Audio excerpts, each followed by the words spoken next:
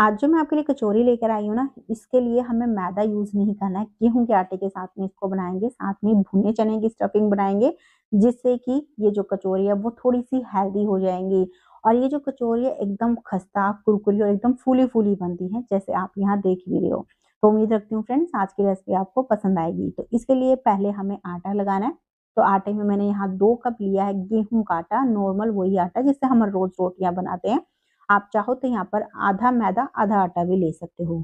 अब इसके अंदर 1 तिहाई छोटी चम्मच डालेंगे कलौंजी, आधी छोटी चम्मच अजवाइन, थोड़ा-सा क्रश करके ऐड कर देना, उसका जो फ्लेवर है वो ज़्यादा बढ़िया आता है। आधी छोटी चम्मच डालेंगे नमक और साथ में ही 1/4 कप डालेंगे मेल्ट करके देसी घी।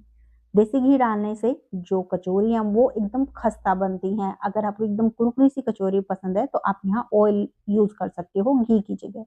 अब आपने अच्छे से इसको मसल लेना है, बढ़िया से मसलना है बिल्कुल ताकि जो घी है वो आटे के अंदर तक रम जाए। इससे जो कचौरी है वो बहुत बढ़िया खस्ता बनकर तैयार होंगी। तो जब आप बढ़िया से इसको मसल लो उसके बाद आपने आटे की मुट्ठी बाँध के देखनी है। आपके आटे की मुट्ठी बंध जानी चाहिए। अगर इस तरीके से आपके आटे की मुट्ठी नहीं बनती है इसका मतलब आपका मोयन सही नहीं लगा है। तो आप उसमें 1 आधी छोटी चम्मच घी या ऑयल डाल के उसको फिर से मसल लेना। वैसे जितना हमने घी लिया है उतनी ही क्वांटिटी में 2 कप गेहूँ के आटे में मोयन जाता है। अब इसके बाद हमें लेना है हल्का-सा गुनगुना पानी, सर्दियाँ हैं, गुनगुना पानी लोगे तो आटा अच्छा लगेगा। अब इसमें आपने थोड़ा-थोड़ा करके ये पानी डालते जाना है और इस आटे को पहले अच्छे से इकट्ठा कर लेना है। उसके बाद अच्छे से मसलना है इसको कम से कम 4 से 5 मिनट। जितना बढ़िया तरीके से हम आटे को यहाँ पर मसलेंगे, हमारी जो कचौरी है उतनी ही अच्छी बनेगी। यहाँ पर ये जो डो है वो हमें थोड़ा-सा मीडियम लगाना है, मतलब मीडियम सॉफ्ट आटा हमें यहाँ पर लगाना है। ज़्यादा टाइट होगा आटा तो जो आपकी कचौरी है वो फटेंगी ऑयल में जाते हुए। इसलिए नरम आटा लगाओगे ना तो ज़्यादा बढ़िया रहेगा। जैसे आप यहाँ देख रहे हो मैंने मीडियम सॉफ्ट आटा लगाया है और इसको लगाने के लिए अब की बार मुझे सिर्फ़ 3/4 कप के आस-पास पानी लगा है। पानी की क्वांटिटी थोड़ी बहुत ऊपर-नीचे हो सकती है, वो आटे के ऊपर भी डिपेंड करता है। कई बार मुझे 1 कप भी पानी लग जाता है और कई बार आधे कप में भी जो है आटा अच्छे से गूँथा जाता है, वो आपने देखना पड़ेगा। अब बस आपने इस आटे को अच्छे से कवर करके रख देना है 10 से 15 मिनट के लिए। अब इसी बीच में हम इसकी स्टफिंग बना लेंगे, तो उसके लिए यहाँ मैंने सबसे पहले एक लिया है चॉपर और इसमें मैं डाल रही हूँ करीबन 1 मीडियम साइज़ का प्याज़, थोड़ा रफली मैंने इसको कट कर लिया है। 3 से 4 हरी मिर्ची, यहाँ पर हम लाल मिर्च यूज़ नहीं कर रहे हैं, मैं हरी मिर्ची ही यूज़ कर रही हूँ, इसको आप अपने टेस्ट के हिसाब से ऐड कर लेना। 10 से 12 छोटे साइज़ के मैंने डाले हैं लहसुन, अगर आपके पास मीडियम या बड़े साइज़ के हो तो 3-4 आप ऐड कर सकते हो और लहसुन नहीं खाते हो तो आप यहाँ से स्किप भी कर सकते हो। साथ में ही डालेंगे इसमें धनिया पत्ती और अब आपने बस इनको अच्छे से काट लेना है, बिल्कुल बारीक चॉप करना है, जितना हो सके ना उतना बारीक चॉप करके आपने यहाँ पर इन चीज़ों को लेना है। जैसे आप यहाँ देख रहे हो इस तरीके से बारीक चॉप रखना है, इससे जो टेस्ट है वो बहुत बढ़िया आएगा स्टफिंग में।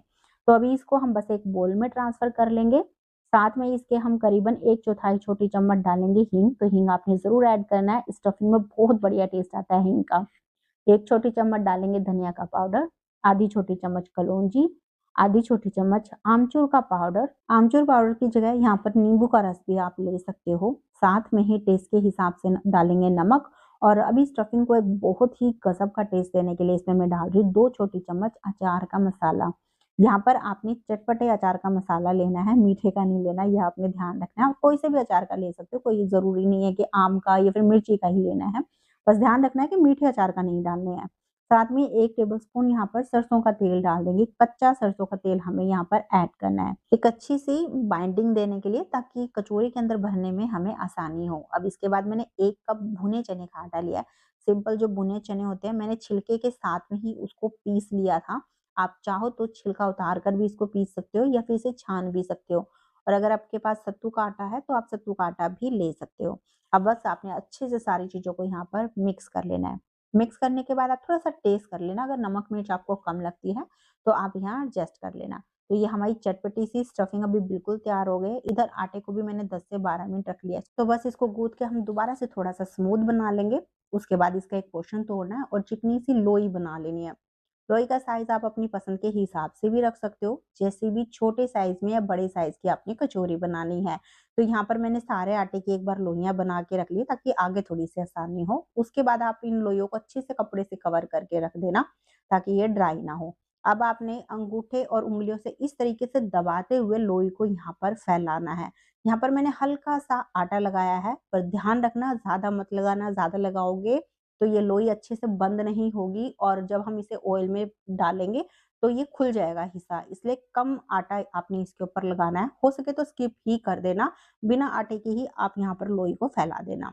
बस लोई को फैलाते समय ध्यान रखना कि जो किनारे हैं वो आपने थोड़े से पतले रखने हैं और सेंटर में मोटा रखना है, क्योंकि जब हम इसमें स्टफिंग भरेंगे तो ऊपर की तरफ लोई के किनारों को खींचते हैं, कई बार सेंटर में से फट जाती है। अब बस आपने 1 से डेढ़ छोटी चम्मच इसमें स्टफिंग डालनी है और किनारों को ऊपर की तरफ खींचते हुए इसे बंद कर देना है। अब जो इसका एक्स्ट्रा हिस्सा है, आप चाहो तो इसे हटा सकते हो, नहीं तो आप इसके अंदर ही इसको अच्छे से दबा दो। अब लोई को आपने इस तरीके से उल्टा करना है और हथेली के ये वाला जो हिस्सा है उससे सेंटर में हल्का-सा प्रेशर देना है।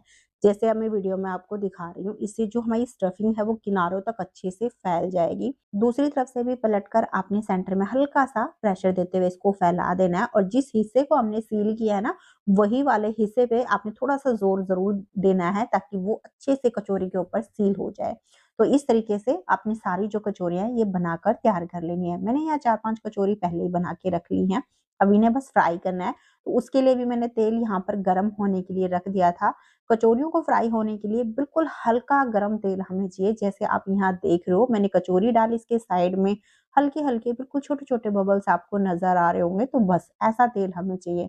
यहाँ पर अगर आपका तेल ज़्यादा गरम होगा, तो आपकी कचौरी फूलेंगी भी नहीं, साथ में ही वो खस्ता नहीं बनेंगी और अंदर से भी कच्ची रह जाएँगी। थोड़ा-सा कचौरियों को फ्राई होने में टाइम लगता है, ये आपने ध्यान रखना होगा। तो एक बार में जितनी भी आपकी कढ़ाई में कचौरी आती है, उतनी आप डाल देना और उसके बाद धीमी आँच पे इनको आराम से फ्राई होने देना। ये अपने आप ऑयल में ऊपर फ्लोट करने लगेंगी, उसके बाद आपने इनको बिल्कुल हल्के हाथों से पलट देना है। बस आँच धीमी ही रखनी है और धीमी आँच पे इनको आराम से फ्राई होने देना है, जब तक कि इनमें बढ़िया-सा बिस्किट कलर नहीं आ जाता। बीच-बीच में आप इन पे थोड़ा-सा ऑयल ज़रूर डालते रहना ताकि ऊपर की तरफ से भी ये अच्छे से फ्राई होती रहे। तो आप यहाँ देख रहे हो बहुत बढ़िया तरीके से हमारी जो ये सत्तू की कचौरियाँ फ्राई हो गई है, बहुत प्यारा इनमें बिस्किट कलर आ गया है। तो बस इससे ज़्यादा इनको फ्राई करने की ज़रूरत नहीं है, इनको हम निकाल लेंगे और इसी तरीके से बाकी की जो कचौरी है उन्हें भी आपने फ्राई कर लेना है। यहाँ पर मैं थोड़ी-सी मिर्ची भी फ्राई कर रही हूँ, कचौरी के साथ मिर्ची बहुत बढ़िया लगती हैं।